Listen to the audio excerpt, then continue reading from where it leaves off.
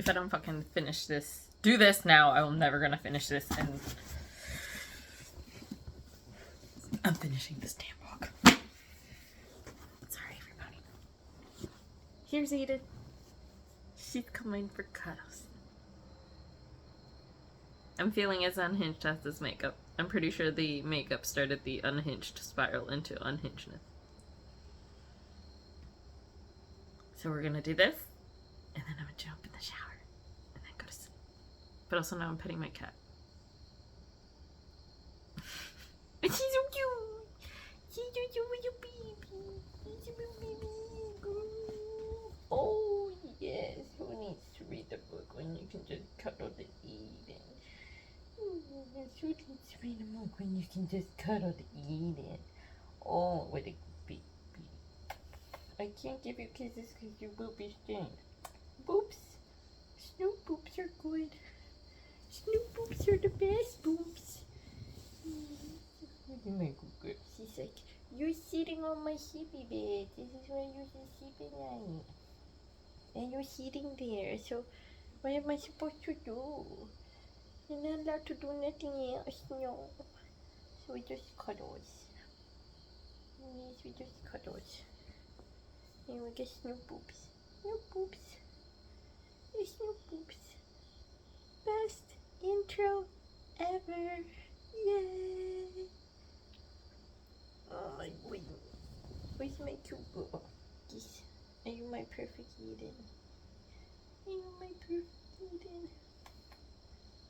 With the perfect pink lips and a perfect pink snout. And a perfect little pink ears. Yes. And the green yellow eyes. Yes. It's so cute. Alright, let's do this. Baby girl. Baby girl.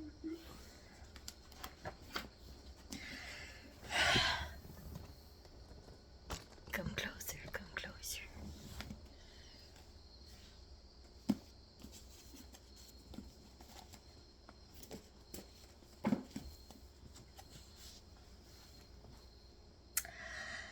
In the prince's absence, Tem knew a moment of peace. Then Vera appeared. Her eyes ran greedily down Tem's body, not unlike the way Leo had looked at her just minutes before.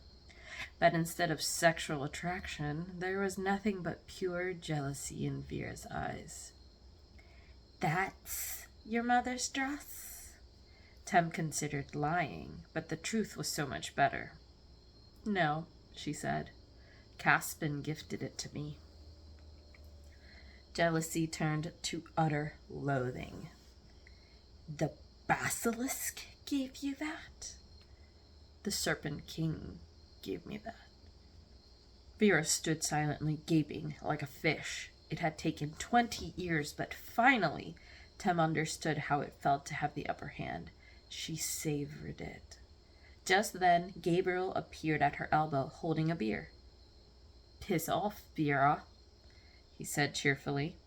Vera's face contorted like a sneer. She and Gabriel had never gotten along, possibly because he was friends with Tem, possibly because he was always somehow ended up kissing the boys Vera liked. Either way, they hated each other. There's no need to be rude, she hissed. I know there's no need. I'm rude because I wanna be. Vera didn't bother with a retort before flouncing haughtily away. Gabriel landed Tem his beer. She sipped it gratefully, using it to wash away the taste of whiskey. Can't stay long, he said. The kitchen is chaos tonight. Thanks for sneaking away. Of course, he tilted an eyebrow at her. So, have you met him yet? There's no need to ask who he was referring to. Just did. And? Tim sighed, avoiding his eyes. I don't know, Gabriel. It was strange. I couldn't really tell what he was thinking. He was thinking he wanted to fuck you. Tem nearly jumped out of her skin at Caspin's voice, which was so crystal clear. It sounded as if it were standing right next to her. He chose now to return to her mind. Tem tried to send a question back to him, to ask him if he was still angry about the skull, but it was like throwing water at a wall. There was a barrier between them that it seemed only he could bypass. Tem felt a slight twinge of annoyance. Gabriel was speaking, but she hadn't heard it. "What?" she asked. "I said he was probably thinking about how diabolically good you look in that dress." Even though it was just Gabriel, Tem blushed. Before she could come up with an appropriate answer, the energy in the ballroom changed. When a moment ago there had been raucous chatter, now a sudden hush fell as movement broke out at the far end of the room. "What's happening?" Tem whispered.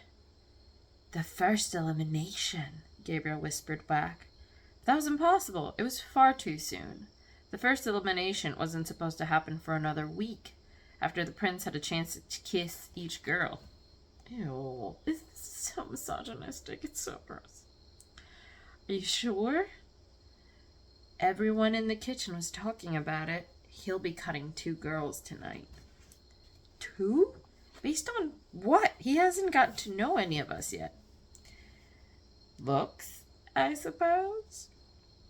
And you're just telling me that now? Vera distracted me. The girl is a terror. Anyway, I figure you knew already. But Tem hadn't known, and she couldn't believe what she was hearing. There was supposed to be a proper order to the training process, one that shouldn't involve surprise eliminations. It wasn't fair. Then again, none of it was really fair. Lily's words ran unbidden through her mind. "I have a feeling he won't be able to resist you." Tem glanced down at the dress Caspian had given her, remembering the way the prince had looked at her with hunger in his eyes. Would it be enough? Or had she insulted him by not accepting his compliment? He'd abandoned her the moment they'd returned to the ballroom. Did that mean he wasn't interested in her? Their conversation in the study had been unconventional from start to finish, and had ended in decidedly less than friendly terms. Tem had no idea where they stood. Tem had gone her entire life without men liking her based on her looks. Why should the prince be any different? She'd probably be the first girl to go. But if she was eliminated tonight, her mother would never forgive her. Even worse, she'd never see Caspian again. She would have no excuse to go into the caves, no reason to see him. Without Caspian, Tem could probably die a virgin. I don't know why I continue to read this book. It stresses me out a lot. Tem couldn't be eliminated. The crowd was moving, forming a semicircle around one end of the ballroom where something was being assembled. Tem squinted to see what looked like podiums of various sizes arranged in ascending order of height. She counted 11 of them. Tem frowned. If 2 girls were to be eliminated, there should be 12 podiums. Then she remembered the girl who had ran off right before they entered the caves. That's such a pointless sentence. We all know that somebody ran from the caves. Tem should also remember this. Tem glanced around for Vera. She was fluffing her hair. Fluffing. I'm fluffing my hair. She was fluffing her hair and shooting meaningful glances at Leo, who was leaning against a column, looking bored by the proceedings. If the ladies could please form a line, we can begin. The command came from a handsome middle-aged man in a uniform. His blonde hair was flecked with gray. Tem recognized him as Lord Chamberlain, the most senior officer of royal household and the king's brother. I don't know if I want to keep writing down character names. Tem had seen him around the village, attending to business on behalf of the king. Gabriel gave her arm a squeeze. Better get up there. She shot him a terrible glance. Kill me right now. Terrified glance. In response, he pressed a quick kiss to her cheek. Then he gave her a little push, and she had no choice but to join the line of girls walking through the crowd. By the time they reached the podiums, Tem's heart was beating out of control. Everyone was looking at them, and maybe it was simply her imagination, but it felt like everyone was looking at her. Hundreds of pairs of eyes raked over her dress. Hundreds of stares pointed directly at her body. She'd never felt more like an animal in a cage than she did right now. "That's it, right along here." Lord Chamberlain ushered them into an orderly line, turning them so they were standing in front of the podiums facing the crowd. When they were all in position, he said, "Your Highness, it's time." Leo emerged from the crowd, whiskey still in hand. His eyes trailed lazily over each girl, looking them up and down, one after the other. Vera gave an odd shimmy when he passed by her, which was met by a bemused twitch of his lips. When his eyes landed on Tem, her heart caught in her throat. Leo stepped forward until he was right in front of her. He leaned in. But instead of sealing her fate, he tilted his head to the side, bringing his lips to the cheek of the girl standing right next to Tem. Tem was close enough to hear the words he whispered into the other girl's ear. "Sorry, darling." The girl let out a strangled sob. Leo straightened, taking a casual sip of his whiskey as if none of this was of any concern to him. Then he turned to the girl to Tem's right, leaned in, and saying the same two words to her. Both girls were immediately ushered away, leaving a gaping space around Tem. It was only then that she realized her hands were shaking. It wasn't just the fact that the girls had been eliminated. It was the way Leo had done it, choosing the girls directly to either side of her, whispering in their ears specifically so she could hear, as if to show Tem that he could have eliminated her, but didn't. Was this all a game to him? Didn't he care that he was in the process of choosing a wife? Leo was acting like none of this mattered to him at all. Tem couldn't understand his apathy. Lord Chamberlain was speaking again. "Congratulations, ladies. It's an honor to stand where you stand. As the final event tonight, His Highness will place you on the podiums. The lucky lady in the first place will receive a private date with the prince." Too late, Tem realized what was happening. It wasn't just a surprise elimination. The remaining girls were to be ranked in front of everyone based on how attractive Leo found them. The podiums were meant to display them in descending order of beauty. It was insulting. There was no other word for it. Tem wanted to run, just like the girl who ran from the caves. But she couldn't run. She was frozen in place as Leo pointed at girl after girl, assigning them to their podiums with a careless flick of his fingers until Tem and a girl with strawberry blonde hair were the only ones left standing. Only two podiums remained, the tallest and the shortest, best and worst, first and last. Of course, there are times when I actually get engrossed in this book and I'm like, oh, okay, this is kind of fun. And then we have repetition, or like, what's the word? Predictability. Like, of course we're going to have the worst and the last left, or the worst and the best left till the end. Of course we're not going to have, like, first and second, but, like, only two podiums remain, the tallest and the shortest, best and worst, first and last. Cut paragraph. Prettiest and ugliest. Cut paragraph. This is so dumb. It's bad writing. Tem already knew that what Leo was going to do. Still, it felt like a dagger twisting in her chest as he pointed at the blonde and jerked his head at the tallest podium. Tem could practically feel Vera's sneer searing into the back of her skull from where she stood on the third podium. Leo didn't even bother to point at Tem. He simply knocked back the rest of his whiskey, holding her eye contact the entire time. Tem didn't step onto the last podium. She couldn't. She could only stand in pure defiance, determined to wield the only power she had left. She looked Leo straight in the eye, refusing to look away even as the silence drew on. Everyone knew she was being trained by the Serpent King. Everyone knew that meant she was supposed to be the best. To be ranked last was a complete and utter humiliation. Worse than that, it was a message. Leo wanted to punish her for rejecting him earlier. He wanted her to know, beyond a shadow of a doubt, that he was in control. Message received. Lord Chamberlain broke the silence. "A round of applause for our winner!" The crowd erupted into applause, and the blonde girl waved as she were already queen.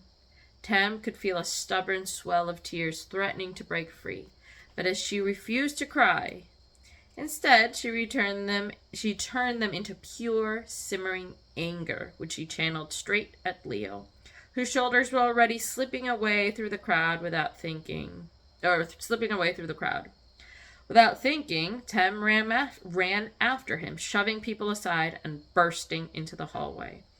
He was several yards away, about to ascend the stairs. "Leo!" she yelled. "Stop!"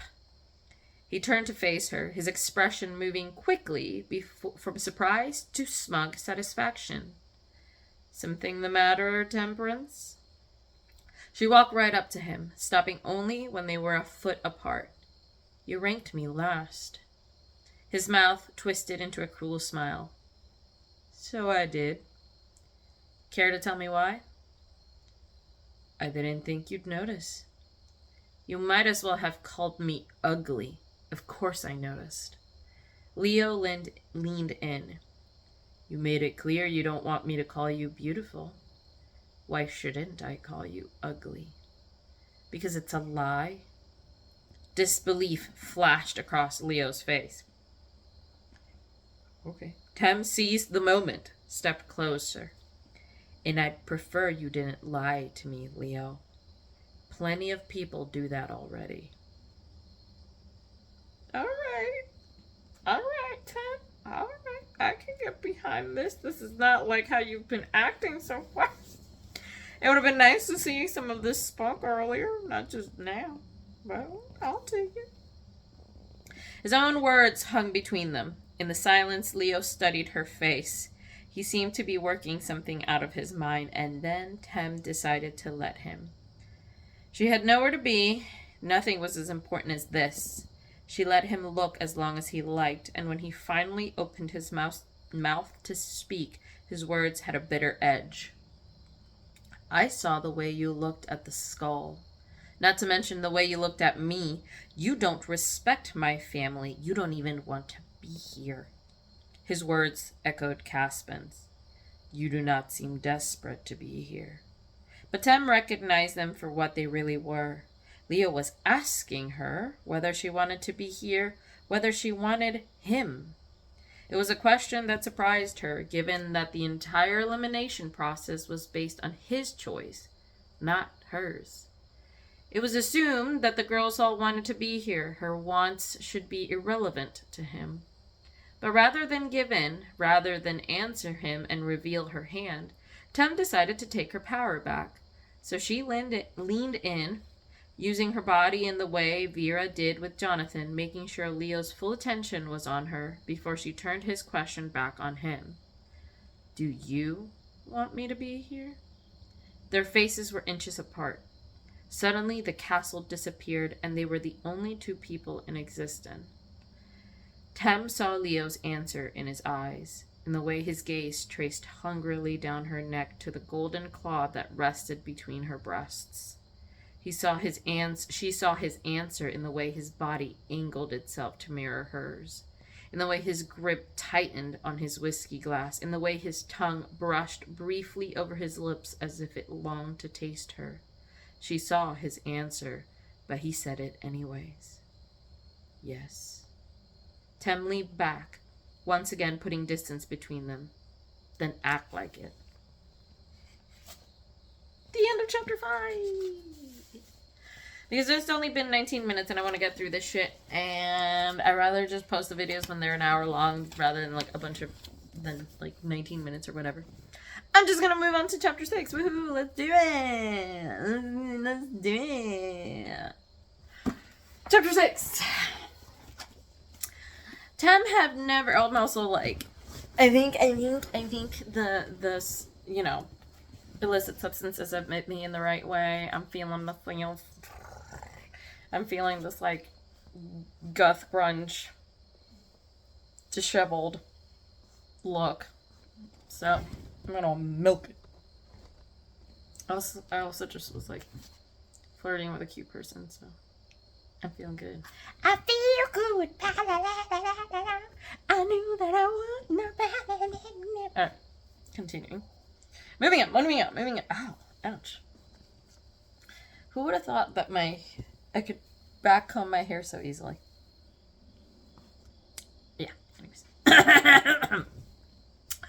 Chapter 6. Tem had never seemed so tired in her entire life. I've never been so tired reading this damn book. Right. The night at the castle hadn't turned out all the way she'd expected. Between her interactions with Leo and the surprise elimination, Tem didn't know what to think of the entire process. Had she blown her chance with a prince? Maybe.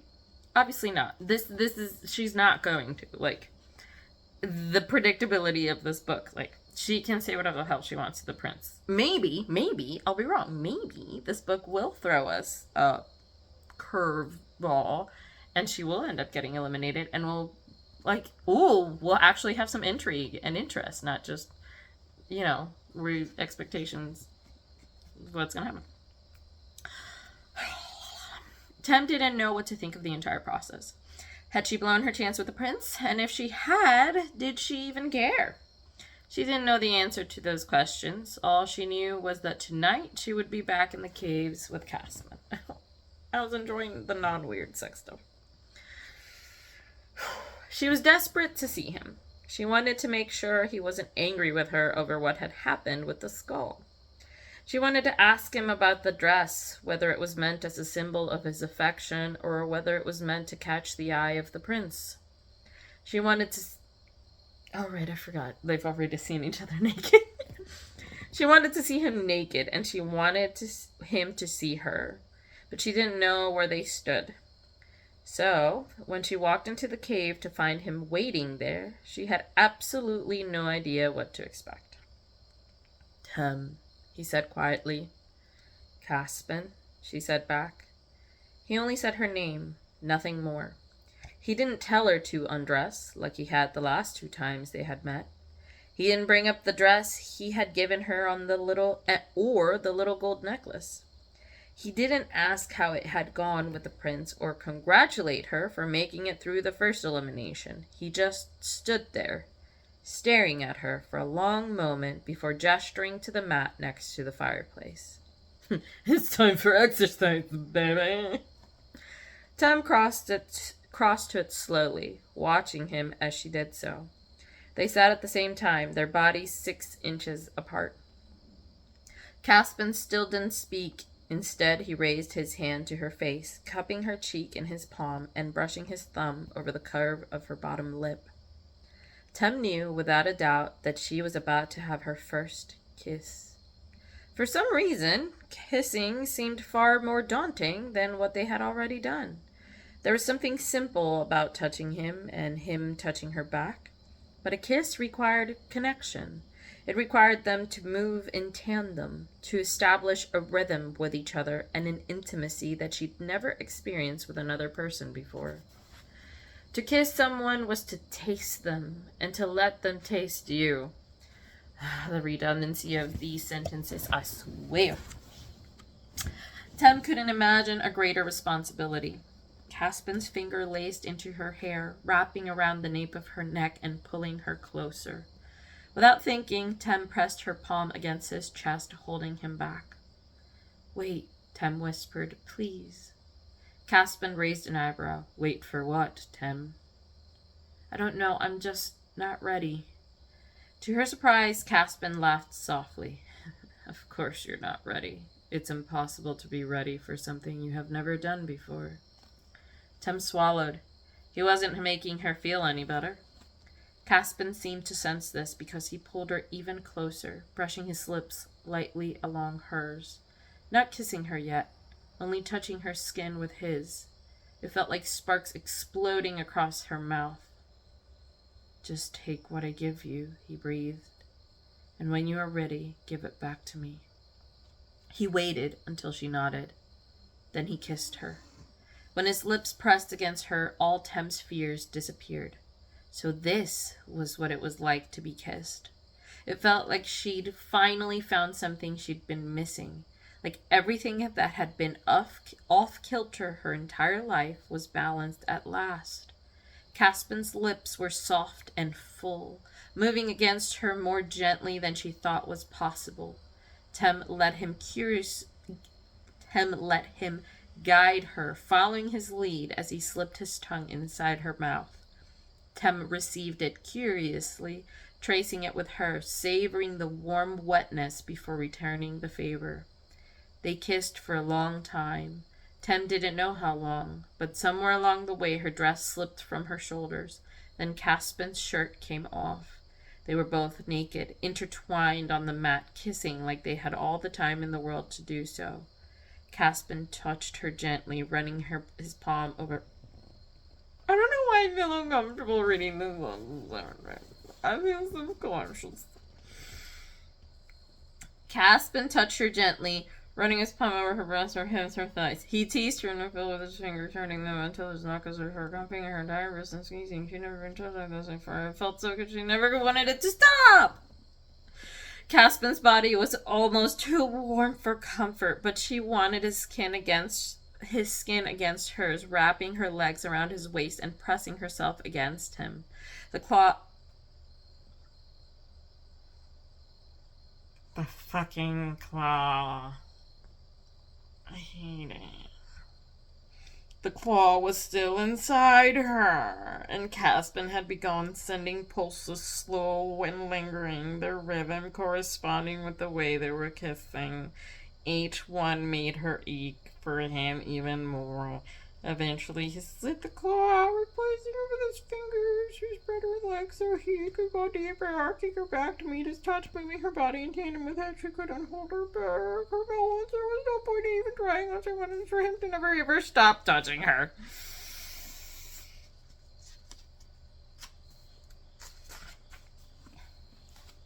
Tem clasped her hands over his, holding it in place so she could slide herself up and down his fingers, grinding back and forth until she felt her orgasm building. Caspin's pupils dilated as he watched her pleasure herself, and she wondered if he'd enjoyed this even more than doing it himself. With her other hand, she reached between his legs, pressing her palm against his bulk, not even stroking it, just feeling how hard it was for her. She wrapped her fingers around him, pulling him even closer. "Me, Caspin," she breathed. "Not tonight, Tem," he said against her lips. Tem didn't understand. She wanted to have schmacks. She was ready to have schmacks, but for some reason, Caspin was withholding it from her. He defined the boundaries of their relationship, if it even was a relationship, but Tem knew it was. She knew they had crossed the line somewhere, probably the first night they met, when she'd asked him to undress and she'd touch herself in front of him. She was not just his student. He was not just her teacher. They were more than that. They had to be.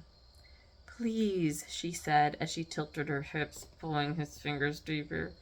"Do not ask me again." His voice was strained. He was begging her. "But I want you," she whispered. Pain filtered across his face. She knew she hadn't imagined it. "You will have me," he said, "just not tonight." He didn't say he wanted her to. Tem pulled away. She felt suddenly exposed, like she'd revealed far too much of her heart to someone who didn't care to see it. "Tem." He tried to pull her back, but she didn't let him. She stared at the fire, watching the flickering flames, imagining they could consume her. She heard Caspin sigh. "It's too early, Tem. We have barely begun our lessons." Lessons. Student and teacher. Boundaries. Caspin's favorite defense. "And how would you grade me so far?" she said sharply, looking him in the eye. A long pause. "Do you truly want an answer?" She clenched her jaw, biting back pain. "Yes." He studied her face before replying. You do not follow instruction. You are stubborn and impatient. Those are not qualities the prince will appreciate. Tem couldn't believe what he was saying. She glared at him. Isn't that your fault? Maybe you should be a better teacher. Caspin shook his head. It is not possible to teach an unwilling student. Don't give me that shit again. I'm perfectly willing. I just made that crystal clear. You are perfectly willing to have schmecks, but not to do any of the other things I mentioned. You want me to be patient? To follow instructions? You think that'll make the prince want me? Trust me, he only wants one thing, and you're not teaching me how to do it. It seemed like the angrier Tem got, the calmer Caspin became. He was perfectly still, looking down at her with his arms bracketed on either side of her body, holding her in place beneath him. His coat was still hard. The prince will expect you to yield both your body and your mind. If you cannot give him both, there is no point in training you at all. Maybe I don't want to yield my mind. Why should I? Caspin didn't answer. Tem propped herself up so their faces were a mere inch apart. Why shouldn't he yield? She insisted. Because he is the prince. So he can do whatever he wants? The royals make their own rules. That's not fair. No, it's not.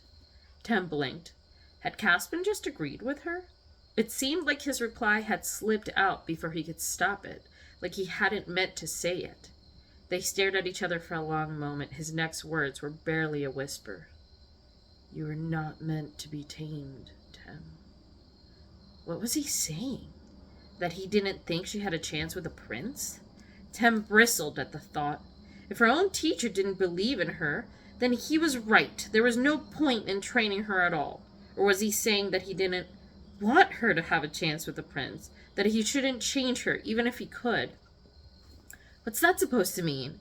She meant to say it harshly, but it came out a whisper.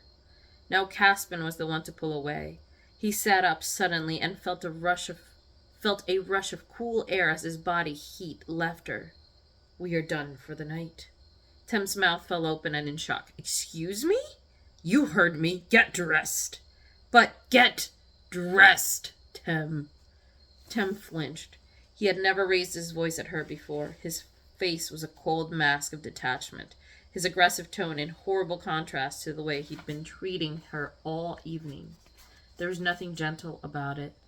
Tem was reminded suddenly that underneath the man he was a monster. Tem got dressed. Caspin disappeared while she was pulling on her clothes, and when he reappeared, he had a tray of food. But instead of sitting and eating with her, he set the tray down on the mat and left without another word. The cave was glaringly empty without him, and Tem fought to hold back tears. How had the night ended so poorly when it had started so well? It was then that she realized he had taken the claw with him. She didn't bother eating. She just ran home. The next time she came to the cave, it was clear they were back to square one. For the next 3 nights, Tem sat on the mat, stroked Caspin's smock until he came, then ate her food alone. Caspin didn't give the claw back. He didn't talk to her. He didn't even look her in the eye. The meetings were so impersonal that Tem couldn't help but wonder if this was how they were for the other girls and their basilisks.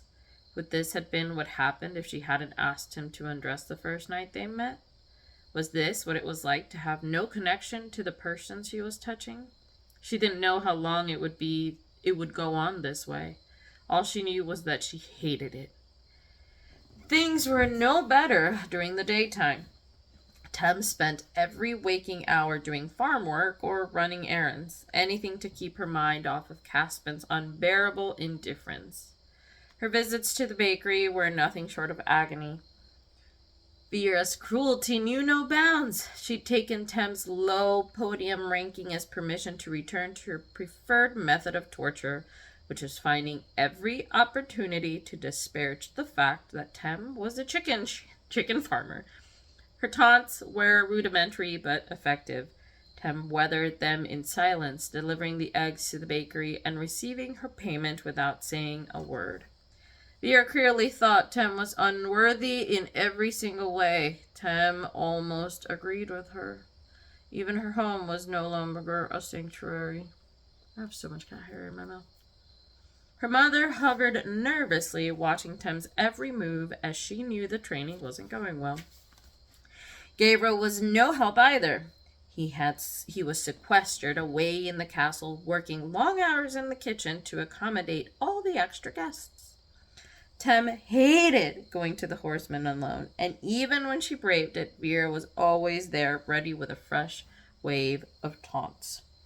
On the fourth night, Tem decided she'd had enough. She went to the cave, like she always did. She sat on the mat, like she always did. But the moment Caspian went to untie his trousers stem, Tem spoke abruptly. "I'm not doing that again." Caspian blinked. She took advantage of his surprise, crossing her arms and continuing. "You came in less than a minute last time. I'd say I've mastered that particular exercise, wouldn't you?" It was meant to dig at him in more ways than one. Despite his obvious attempts to distance himself from her, there was no denying the hold she had on him. It was almost too easy getting him to come. All it took was for Tem to sit a little too close, to let her breath skim over his shoulders, and Caspian couldn't resist his climax. She savored the feeling, knowing it was her one advantage in their silent battle of wills. But she was done being silent. Caspian's eyes narrowed. Finally, he looked at her. It felt like an eternity since she'd stared into his golden irises. She used the opportunity to lean in, forcing him to maintain eye contact. "I'm not doing that again." There was a moment of silence, and in it, Tem could almost see the two sides of him fighting with each other. One side that wanted to keep her at arm's length, and the other that couldn't resist her. Tem wanted him to give in, but the only way to win was to do the exact thing he thought she couldn't do. Be patient. She sat there silently and waited. Finally, just like she knew he would, Caspian gave in. "What would you like to do instead, Tem?" Tem knew what he expected her to say, but she didn't want to have schmacks, at least not tonight. Instead, she said, "I want to talk." Caspian blinked again. "About what?" That was easy. "You." Now he looked surprised. He tilted his head in that reptilian way of his, assessing her with uncanny intelligence. "In that case," he said slowly, "what do you wish to know?" She would have to be careful with her first question. She didn't want to scare him off or make him regret talking to her. She would start small and build from there. "Do you have any siblings?" If he had looked surprised before, now he looked downright confused. It was a ridiculous question. She didn't even care about the answer. But it was meant to disarm him, and the expression on his face said it had done just that. "Yes," he said, "I do." "How many?" He shifted as if considering standing up and leaving, but he stayed where he was, his eyes still on hers as he answered. 4. "What are their names?" Caspian hesitated. Tem thought he might not answer, and then, "Apollo, Agnes, Cyprus, and Damon." Kind of cute names, actually. They were odd. They were odd names. Fuck you, they're cute names. Tem used them as inspiration for her next question. "Do basilisks have last names, like humans do?" "Yes, in a sense." "In what sense?"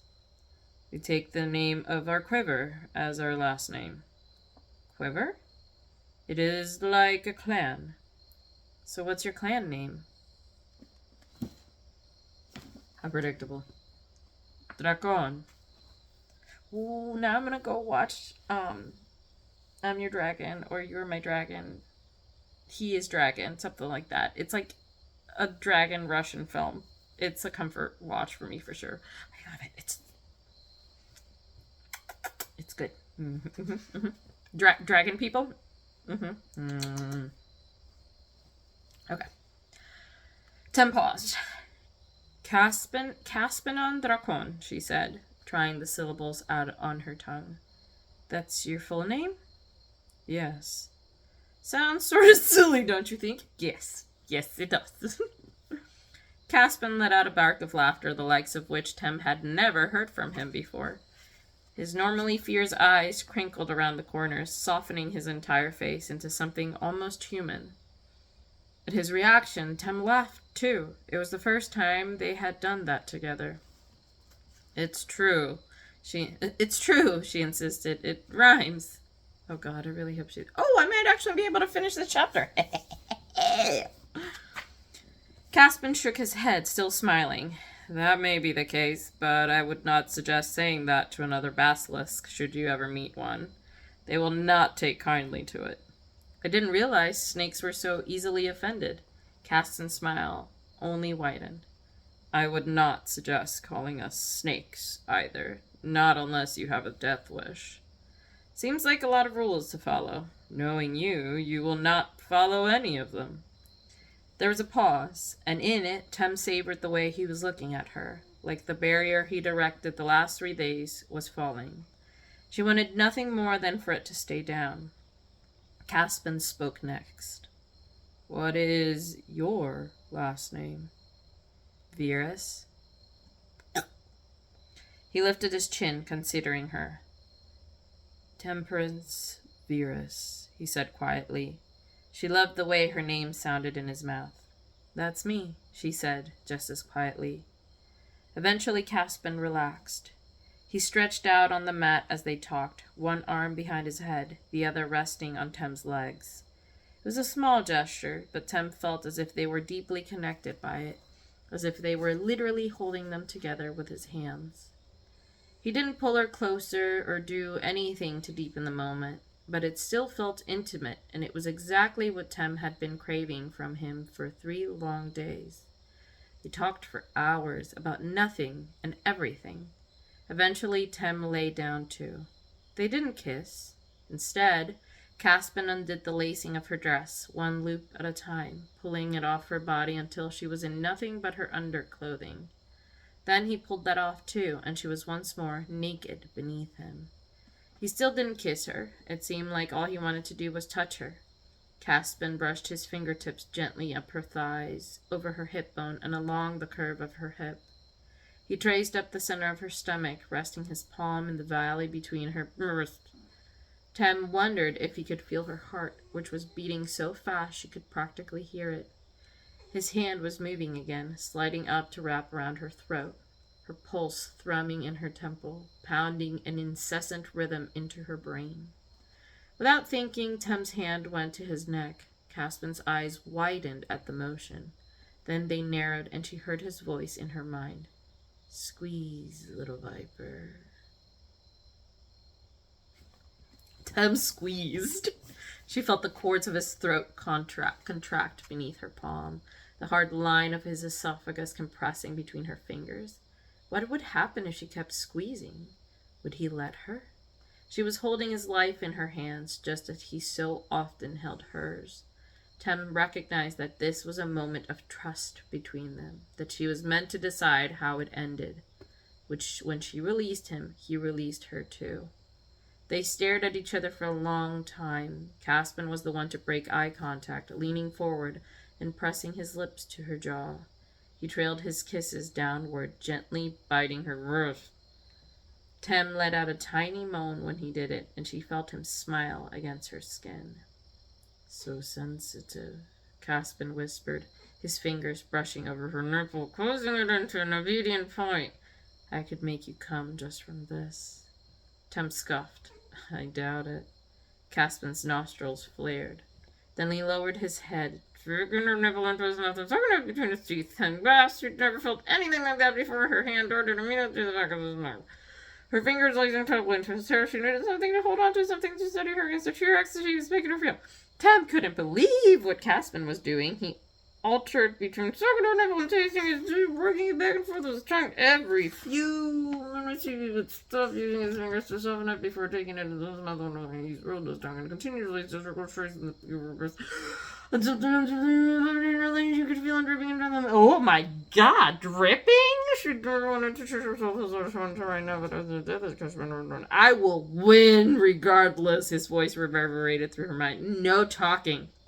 Tim chastised him. She could barely get the words out. Just when she was used to the one motion, he did something different, sliding her nipple first through her teeth before flicking the leg into his tongue. He was teasing her, she realized, taking her to the edge and back again, bringing her closer and closer each time. But Tim was stubborn. She wouldn't let him win this. She tried to think of something, anything to distract her. Chicken shit, Vera's insufferable giggle, Mother's fussing around the cottage. It was no use. There weren't enough distasteful things in the world to combat the euphoria that was spreading through Tim's like fire. Caspin's mouth completely covered her nipple. The time he was sucking it, he did it for so long, and so totally the little in the back and grasping her nose for as long as when he took another second, he pulled gently.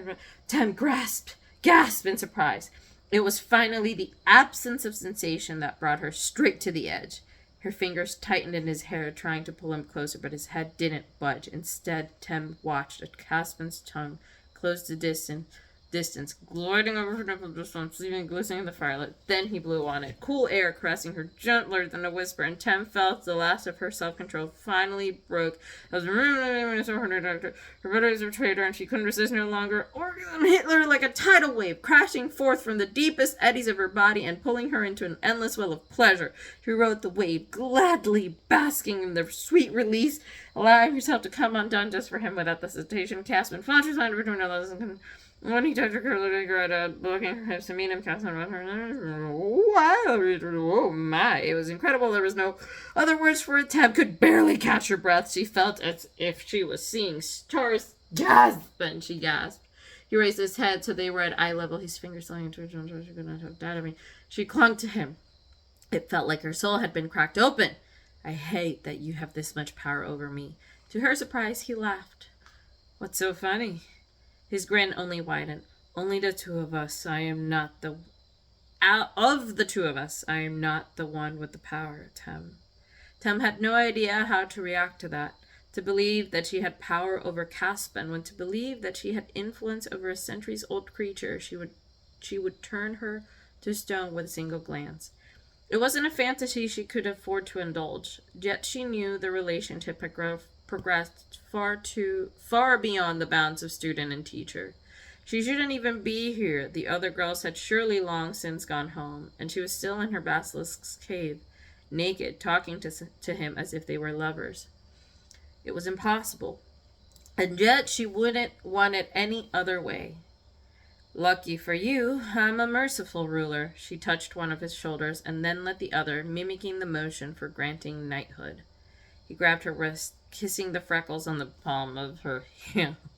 Lucky me indeed. They ate together that night and every night after. Caspin returned the claw to her and sent pulses constantly, in bed, in church, on the way to the bakery. On one particular day, they came so frequently that Tim had to pretend to be sick, waving her mother away, and insisted that she needed to sleep it off. She spent the day naked in bed, soaked in sweat and her own, wondering how the hell Caspin had enough time in his hands to think of her this often. Enough time in his hands? Tim suspected that his behavior had something to do with the upcoming elimination. The letter arrived while Tim's mother was out running errands, so Tim was alone when she received the large white envelope stamped with the wax seal of the royals. Its contents were brief, a simple invitation requesting her presence at the castle the following night. Tim returned it over her hands, marveling at the thick paper laced with gold leaf.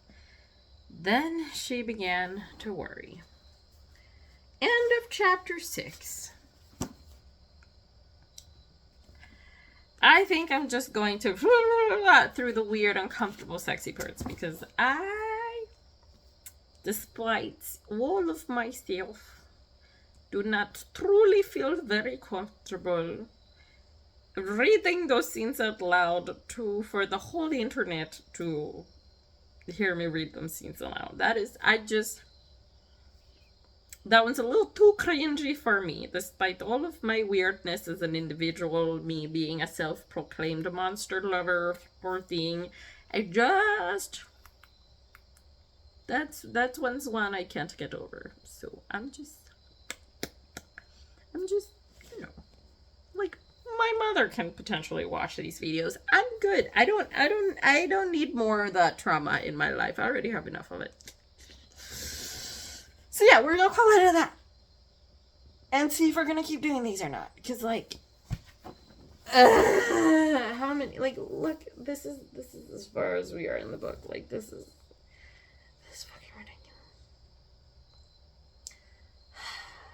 I'm the one who decided that they wanted to get a smut book.